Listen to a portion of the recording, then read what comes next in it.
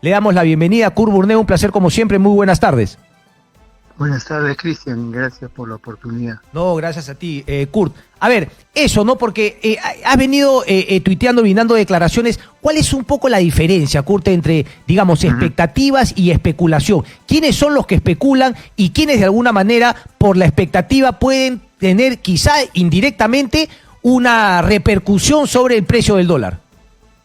En estricto, Cristian, el ser especulador, vamos a decirlo en un término general, en estricto no es bueno ni malo, sino simplemente todo aquel que aprovecha la oportunidad para comprar barato y vender más caro, evidentemente, digamos, está especulando, y a veces los especuladores se queman los dedos. Pero, por ejemplo, piensa tú en un fondo previsional.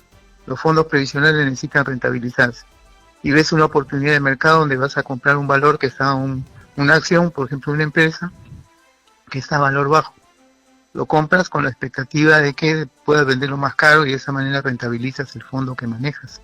Ahora, el tema aquí es que como consecuencia de ese tipo de acciones, ¿no es cierto?, esto se genera mucha volatilidad, mucha fluctuación del tipo de cambio y hay una tendencia al alza. Pero aquí el elemento a discutir fundamentalmente tiene que ver con la intervención del Banco Central de Reserva. ¿Por qué el Banco Central de Reserva interviene en el mercado cambiario? Porque hay una conexión entre lo que vendría a ser, por ejemplo, una devaluación, o sea, un incremento del tipo de cambio, con lo que vendrían a ser los precios internos en la economía. Básicamente te distingo tres canales de transmisión.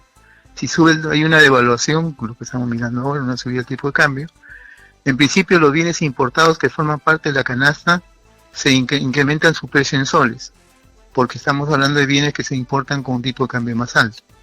Un segundo canal es que sube el tipo de cambio, hay una devaluación, y resulta pues que, por ejemplo, el valor del trigo, el valor del petróleo o de la soya se eleva, que son insumos fundamentales para la producción, en el caso del trigo, de toda la parte de la industria de la molinería, en el caso del petróleo, la generación de gasolinas, y en el caso, por ejemplo, específico de, por decir, la soya, tiene que ver con el tema de la producción de aceite. Entonces, mayores costos de insumos importados implica presión, la presión hacia el alza de los precios, en el caso de precios finales, o sea, los precios que pagamos los consumidores.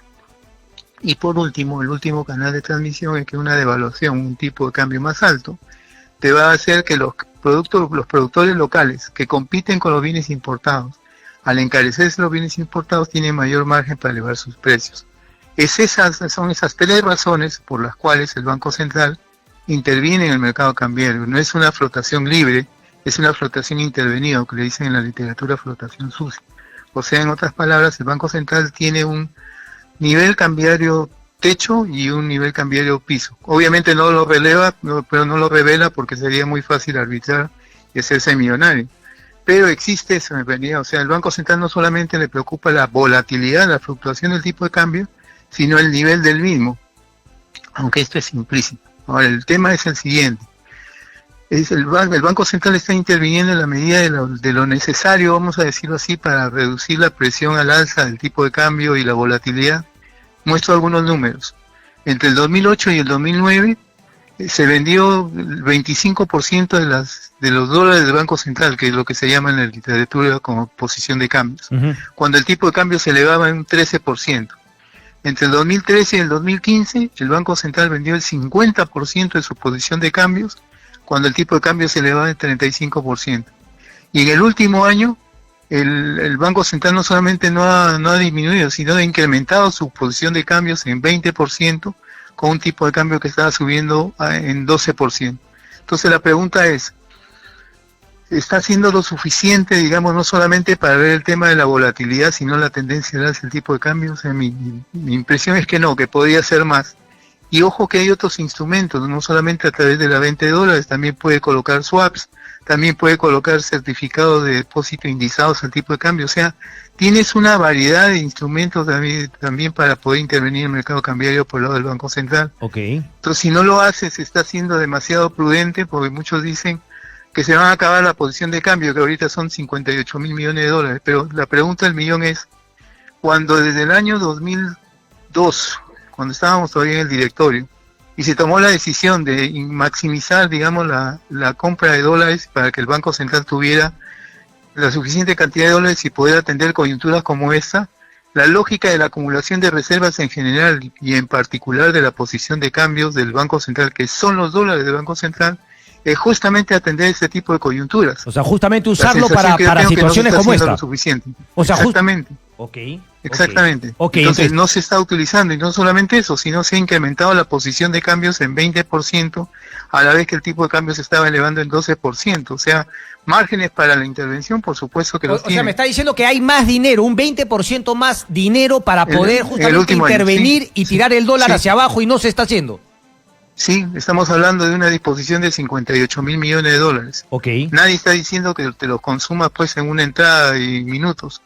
Eso debería formar parte de una estrategia del Banco Central, donde aparte de lo que es la venta de dólares, tiene los swaps cambiarios, tiene también, por ejemplo, la opción de los certificados de depósito indizados a tipo de cambio. O sea, se define una estrategia, y los elementos que te acabo de mencionar son elementos de dicha estrategia, para utilizarse en función de cómo cambian las condiciones. Pero lo que he estado observando, por ejemplo, es que ha habido coyunturas recientemente donde el tipo de cambio sigue elevándose, y sin embargo hay periodos en los cuales el Banco Central no vende ni un solo dólar. Entonces la pregunta es, ¿por qué tanta, vamos a decirlo así, dejadez, podría decirlo, o en todo caso poca atención a lo que está pasando con el mercado cambiario? ¿Por qué? Como tú lo has visto, eso tiene impacto sobre los precios, ¿no? ¿Por qué? ¿Por qué crees tú, Kurt? Yo creo que hay un exceso de prudencia, por decirlo de alguna forma. Quisiera ponerlo de esa manera, quisiera pensarlo así, hay un exceso de prudencia. Pero márgenes para poder actuar, por supuesto que los tiene. Y aquí no es un tema de personas, dicho sea de paso, como se lo voy a repetir 50 veces. La política monetaria no es definida por el presidente del banco. La política monetaria es definida por el directorio. Y el programa monetario se define los primeros jueves de cada mes.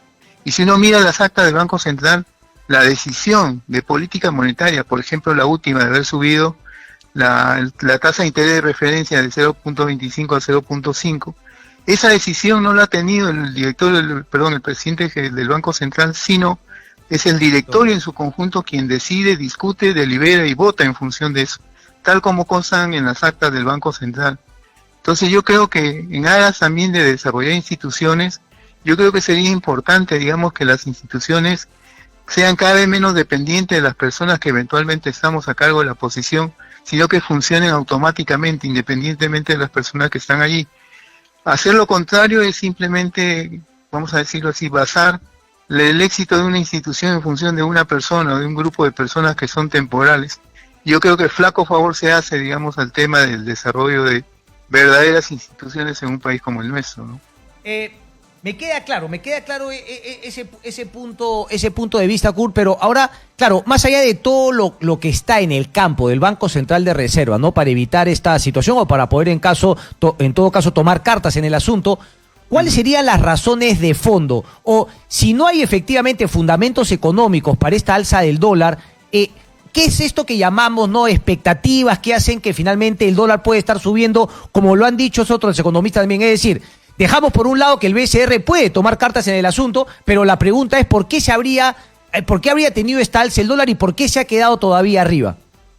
Bueno, es evidente que hay un tema de incertidumbre, o sea, hay un tema también de desconfianza, eso no se puede obviar. Como que tampoco se puede obviar, por ejemplo, que a nivel internacional, en la medida que la economía americana se está reforzando, o sea, se está potenciando, está comenzando a crecer a tasas más altas, eso va a significar, digamos, que el dólar, digamos, se fortalece a nivel internacional. Es parte de la explicación, pero no es toda la explicación. Y aquí, obviamente, el tema interno tiene mucho que ver, por ejemplo, con cuál va a ser la política económica, por lo menos para los 3 primeros meses, los primeros 100 días. Eso lo vamos a conocer, supongo, cuando se presente el gabinete del Congreso. Pero mientras tanto hay mucho de elucubraciones, mucho, digamos, de datos falsos o de situaciones de desconfianza, porque no se tiene a ciencia cierta cuál es el menú que se va a aplicar, vamos a decirlo así, para los primeros 100 días, en este caso de la administración del señor Castillo. Y obviamente el tema de gobernabilidad pasa factura. Si tú tienes un Congreso con un Poder Ejecutivo que sigue enfrentado, que siguen, digamos, un toma que te doy, obviamente eso no es precisamente una buena noticia, digamos, un buen signo de confianza para los inversores. Parte de la solución de este tema, el tipo de cambio, que duda cabe, pasa, digamos, porque se bajen los decibeles, digamos, y la intensidad de conflicto entre lo que es el Congreso y lo que es el Poder Ejecutivo. En tanto cuanto eso no suceda, los inversores dicen, bueno, finalmente cómo se va a terminar esto, y mientras tanto, quizás una mirada a plazas financieras alternativas, mucho más calmadas que la que tenemos aquí en nuestro país, podría ser una oportunidad para los inversores. O sea, lamentablemente esa parte de pugna entre ejecutivo y legislativo, digamos, por el lado económico, por el lado de la incertidumbre, que se refleja, digamos, en una tendencia al alza del tipo de cambio. Pero insisto una vez más, yo creo que el Banco Central podría ser un poco más de lo que está haciendo hasta ahora. Correcto, pero yo entiendo que el Banco Central puede reserva tomar medidas, pero lo que me queda claro es que, claro, si es que se bajase el nivel de, digamos, de incertidumbre, el Banco Central no tendría por qué justamente quemar esos dólares. No, finalmente, digamos, quemar esa plata para mantener. O sea, mi pregunta es el tema de fondo. ¿Sabes qué pasa, Kurt? Que, claro, mucho en redes sociales, políticos también, un poco que utilizan tus argumentos para decir, esto no es culpa del gobierno, sino son los monopolios, los empresarios, etcétera, etcétera, que están queriendo boicotear al gobierno. Eso no es cierto, Pero, Kurt. A ver, hay una cosa importante que acabas de mencionar. ¿Te acuerdas que estaba diciendo de que si sube el tipo de cambio, pues se encarece, por ejemplo, el precio del trigo? Uh-huh. El 95% del trigo que se consume en nuestro país es importado. Si a eso le sumas el encarecimiento en los mercados internacionales del trigo, le sumas el efecto del mayor tipo de cambio, o sea, la devaluación, tienes dos factores que te encarecen ese insumo que es fundamental en la industria de la molinería: pan, galletas, fideos. Entonces, como los mercados en el país están concentrados, significa que tienes pocos ofertantes frente a muchos demandantes. Entonces, en mercados concentrados hay mucha más facilidad para trasladar los mayores costos de los insumos a precios finales. Si hubiese más competencia en los mercados, probablemente el empresario tendría que asumir parte, ¿no es cierto?, contra su margen de ganancia, el incremento en el costo del insumo. Pero como estamos con mercados concentrados, con pocos ofertantes y muchos demandantes, pues por lo general los empresarios sí tienen la posibilidad de trasladarle todo el costo de lo que es todo el mayor costo del insumo a precios finales. Y ahí nos revela algo que es muy importante. Como parte de las políticas gubernamentales, ¿no?, yo diría mucho más que del corto plazo, el tema es cómo hacemos para que haya más competencia entre nuestros mercados y no haya con los niveles de concentración que tenemos ahora. Hay una ley que ha salido hace medio año más o menos, que es la que no regula, pero sí se estudia cuando hay una fusión o adquisición de empresas.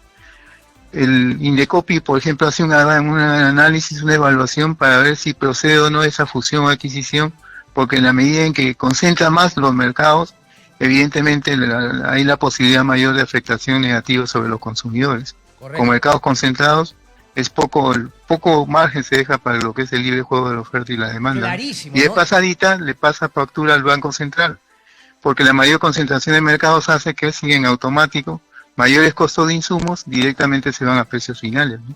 Y eso genera inflación. Clarísimo. Pero nuevamente el tema entonces, ¿cómo se baja desde parte del gobierno esa incertidumbre no política respecto de economía? O sea, ¿qué señales se da para que finalmente no las empresas que están con la plata guardada, si es que iban a comprar una nueva máquina, si es que iban a contratar un grupo más de trabajadores, o sea, eso a quién le corresponde, Kurt? Yo diría que es una mezcla de factores, pero obviamente en los zapatos del gobierno, el gobierno debería ser el primer interesado en esto. El tema es que si se sigue la pugna con el poder legislativo, entonces llegamos a un escenario de enfrentamiento pleno. Y la pregunta es, ¿se gastan esfuerzos en el enfrentamiento pleno? Y el tema a discutir es, ¿qué nivel de confianza le damos a los inversores? Si es un escenario de pugna entre poderes del Estado, definitivamente hay incertidumbre. Y eso hace que haya una mayor demanda por dólares, sencillamente porque la gente quiere protegerse ante eventuales sucesos económicos de mucha mayor magnitud, ¿no? Correcto. Kurt, un placer como siempre por la claridad. Muchísimas gracias. A ti, Cristian.